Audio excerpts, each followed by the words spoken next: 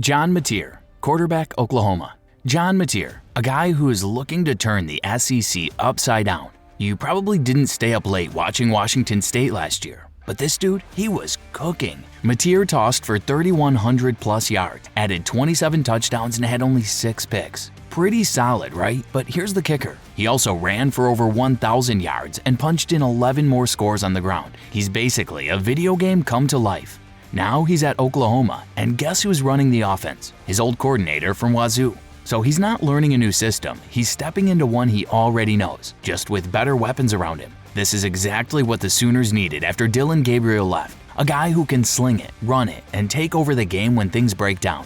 OU's got some young playmakers at wideout, and Mateer's gonna give them chances to shine. Don't be shocked if this dude ends up with 4,000 total yards and Oklahoma's right in the SEC title race by November. He's not a household name yet, but he's about to be. Carson Beck, quarterback, Miami. Carson Beck, the guy who started at Georgia, is now the QB at Miami. That's not a sentence I expected to say, but here we are. Beck was rock solid for the Bulldogs last year. Almost 4,000 yards passing, 28 touchdowns, and barely any mistakes. He was one of the most efficient quarterbacks in the country. This isn't some backup looking for a fresh start. This is a dude who's already proven he can win at the highest level. Now he's headed to the U, a team that hasn't had a reliable quarterback in what feels like forever. But with Beck, they finally might have the guy who can put it all together.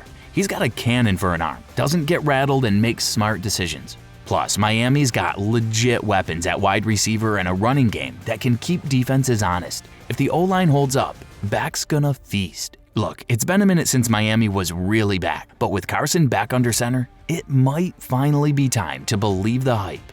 DAndre Mensah, quarterback, Duke. DAndre Mensah and Duke might have something special coming in 2025. He's a redshirt freshman transfer from Tulane. And while he didn't start last year, people close to the program swear this guy's the real deal. He's got the frame, 6'3", 215, and the tools. Strong arm, can move, doesn't panic under pressure. He's raw, sure, but you watch his film and see flashes of a dude who could really take off.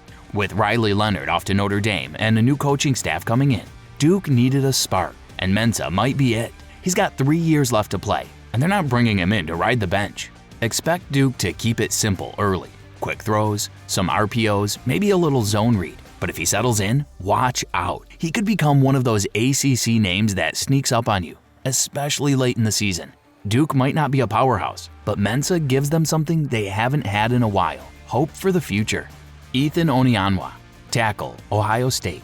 Ethan Onianwa may not be flashy, but he is a beast. A 6'6", 315-pound tackle who started 34 games at Rice. That's a ton of reps, and now he's taking his talents to Ohio State. Look, the Buckeyes don't exactly suck at recruiting linemen, but their O-line last year, kinda shaky. They gave up more sacks than usual, and you could tell it messed with their rhythm on offense. Enter Ethan.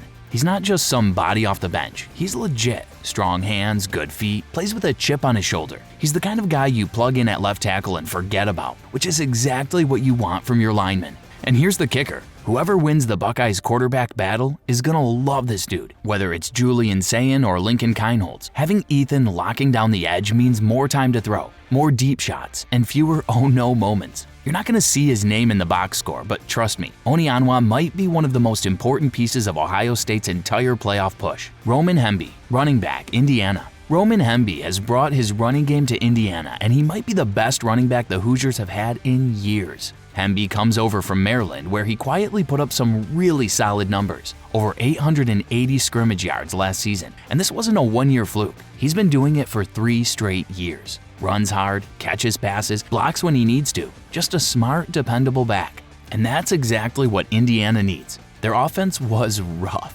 They couldn't move the chain, couldn't run the ball, and couldn't take pressure off the QB. Hebi changes that immediately. He's not going to win a Heisman or anything, but don't be shocked if he puts up 1,200 total yards and carries this offense on his back. He's got the vision, the patience, and the toughness to grind out yards in the Big Ten, even against the big boys. If Indiana pulls off a couple surprise wins this year, you can bet Roman Hebi was right in the middle of it. Mai Hughes, running back, Oregon. Mai Hughes, a running back who might just be one of the most slept-on pickups of the offseason, has joined a stacked Oregon team. Last year at Tulane, Hughes ran for 1,412 yards and 15 touchdowns. That's not a typo. The dude was second in the AAC in rushing and averaged 5.7 yards a pop, and he did it behind a line that wasn't exactly full of NFL talent.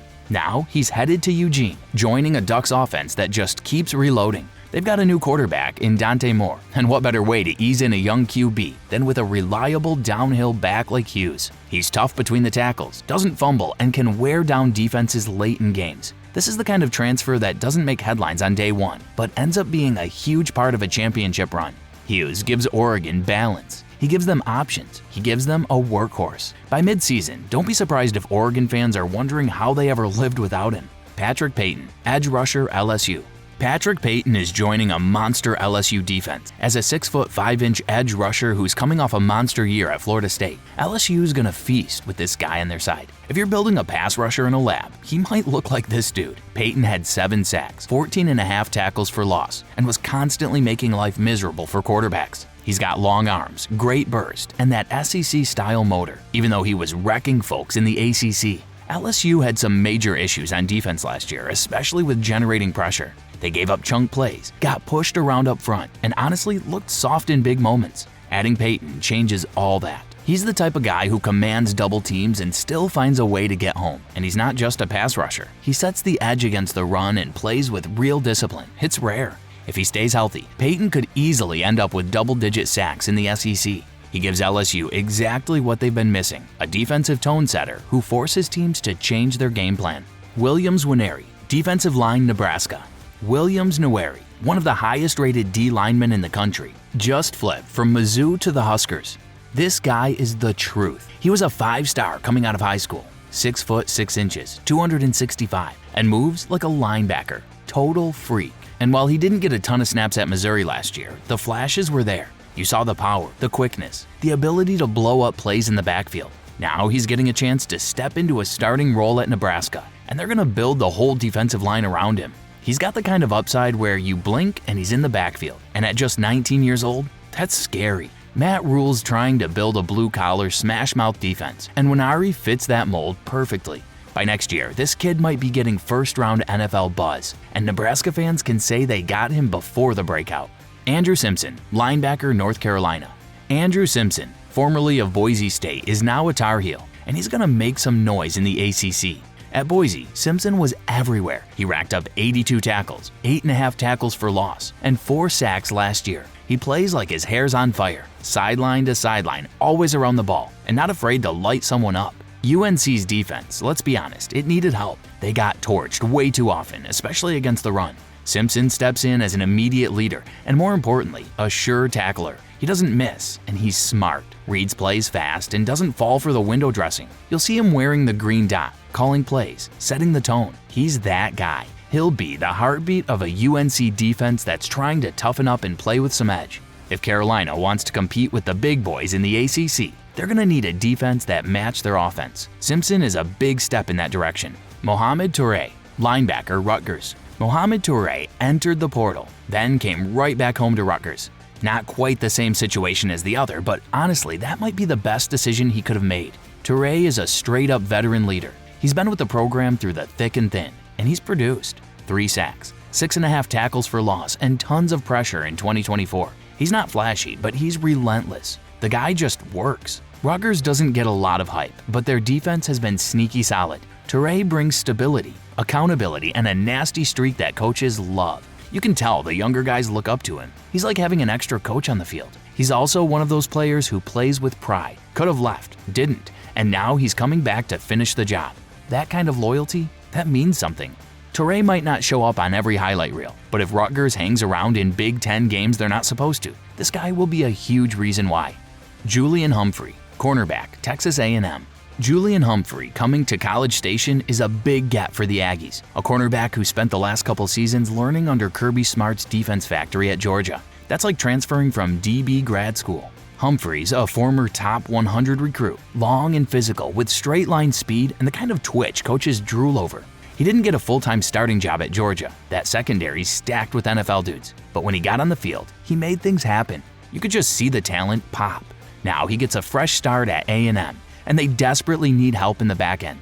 The Aggies gave up too many big plays last season and struggled to finish games when the pass defense broke down. Humphrey can fix that. He's not just a cover guy either. He'll hit you. And in the SEC, where every week is a track meet with tight ends and slot receivers flying around, having a versatile corner like this is a game changer. Don't be surprised if he ends up CB1 in College Station by week 3. He's got the experience, the SEC chops, and the mindset to lead that secondary. Huge pickup.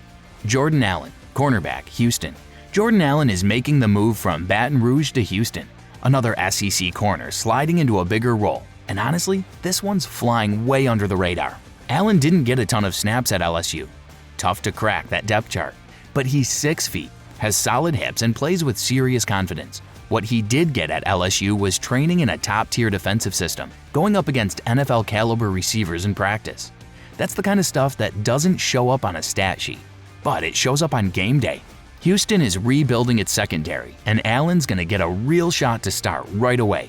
They need someone who can hang with Big 12 wideouts, and Allen fits the bill. Smooth in coverage, isn't afraid to press, and plays the ball well in the air. The Cougars are betting on upside here, and it's a smart gamble. If Allen hits, they've got a shutdown corner for the next 2 seasons. And if nothing else, he raises the floor of that DB room immediately.